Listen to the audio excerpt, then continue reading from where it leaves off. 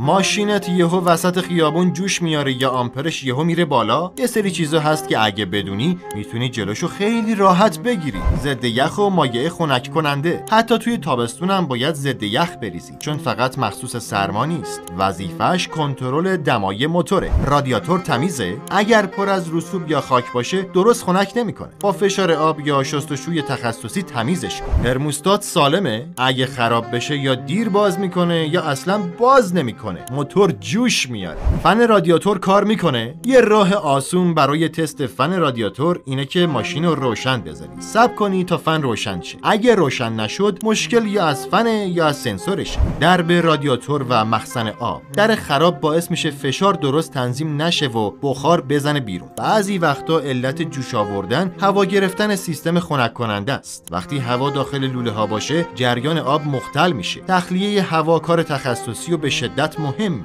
آخرین باری که ماشینت جوش آورد چی شد؟ خودت درستش کردی یا بردی تعمیرگاه؟